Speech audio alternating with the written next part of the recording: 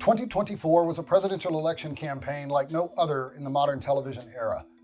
So we at the Associated Press want to take a look back at the 5 top seminal consequential moments of a campaign year that resulted in Donald Trump's return to power. Coming in at number 5, on May 30th, a jury of 12 New Yorkers found Trump guilty on 34 counts in a business fraud case.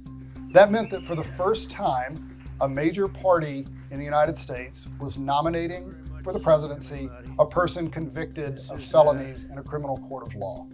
At number 4, we turn to the United States Supreme Court. On July 1st, the court sent shockwaves through Washington that could reverberate for generations. In a case styled Trump v. United States, a 6-3 majority voted along ideological lines that American presidents have broad immunity for official acts. But the decision left critics asserting that in practical terms, Trump would never be held accountable for any alleged or actual criminal activity, official or not.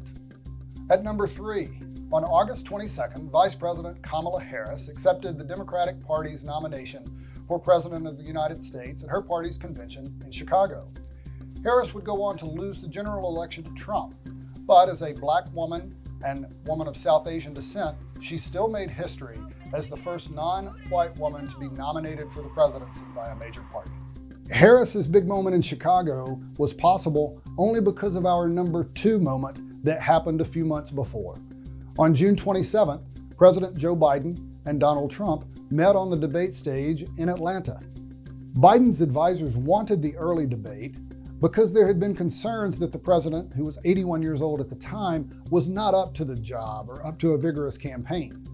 What ended up happening was a halting, disjointed performance from the president that only exacerbated those worries.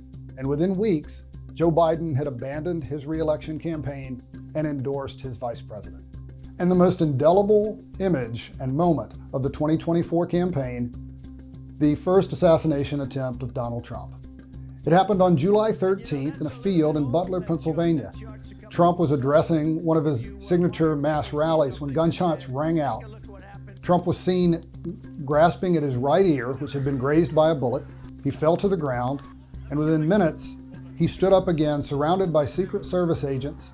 His face was bloodied, and before being whisked away, he raised his fist in an iconic moment and mouthed the words that became a rallying cry for his supporters: fight, fight, fight.